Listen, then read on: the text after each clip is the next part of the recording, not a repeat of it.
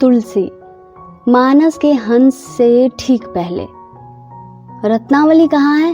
घर में पत्नी को ना देख तुलसी ने सेविका से पूछा। सुबह कुछ काम से उन्हें नगर से बाहर जाना पड़ा था।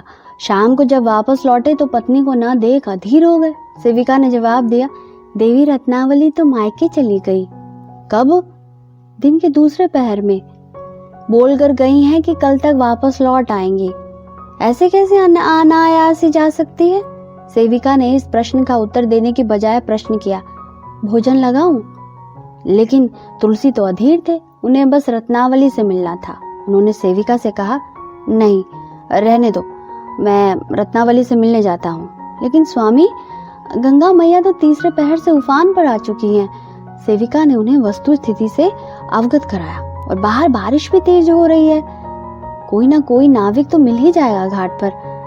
नाविक नहीं तो नाव सही। सेविका के कुछ और बोल पाने से पहले ही तुलसी घर से निकल चुके थे। घाट पर पहुंचे तो रात का दूसरा पहर शुरू हो चुका था। बारिश तेज थी। अंधेरे की वजह से कुछ भी साफ साफ नजर नहीं आ रहा था। बिजली कड़की तो तुलसी ने घाट पर नजर डाली। कहीं कोई नाविक नजर नहीं आया।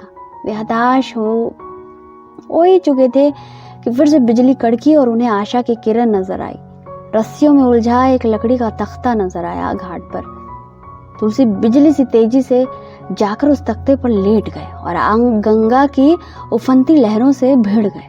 आज उन्हें रत्नावली से मिलने से कुछ भी रोक नहीं सकता था। उनके प्रेम के आगे नदी का उफान कुछ भी नहीं था।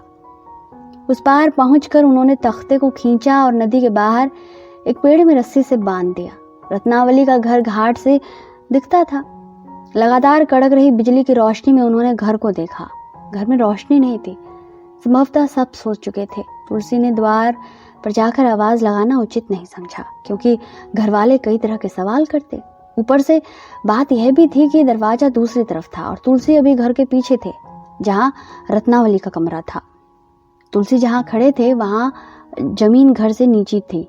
खिड़की तक पहुंचने के लिए रस्सी की जरूरत थी और रस्सियां तो वे तख्ते पर ही छोड़ आए थे।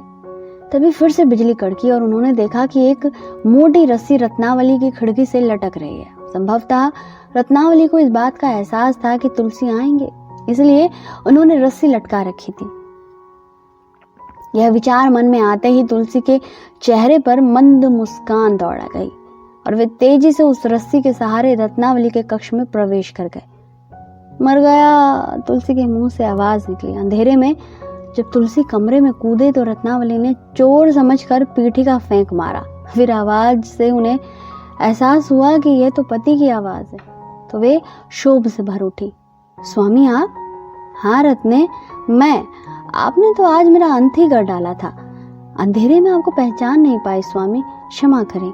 रत्नावली ने दिए के ऊपर से घड़ा हटाकर लौ तेज करते हुए कहा। तुलसी ने उन्हें आलिंगन में भरा और कहा, अब तो पहचान गई है ना रत्ने, छोड़िए जो हुआ। लेकिन आप यहाँ कक्ष में कैसे आए? रत्नावली ने आश्चर्यपूर्वक पूछा। अच्छा मजाक करती हैं आप देवी, आपने ही तो रस्सी लटका रखी है खिड़की पर। तुलसी हंसते हुए बोले। रत्नावली ने आलिंगन से निकलकर दिया उठा और खिड़की की तरफ चली गई।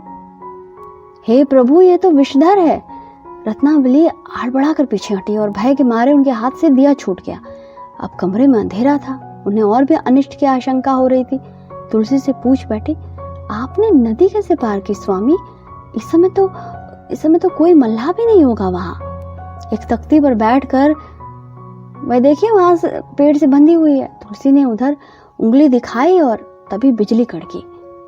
दोनों जड़वत रह गए। वह एक शव था। कुछ पल बाद दोनों सामान्य होने ही लगे थे कि रत्नावली ने तुलसी पर वज्रपात कर दिया। जितना प्रेम आप इस मल मूत्र के देह से करते हैं, इसका दशांश भी राम से करते तो भव सागर तर जाते। उस रात खिड़की से नीचे तुलसीदास कूदे थे और खिड़की से ऊपर मानस का हंस उड़ा था।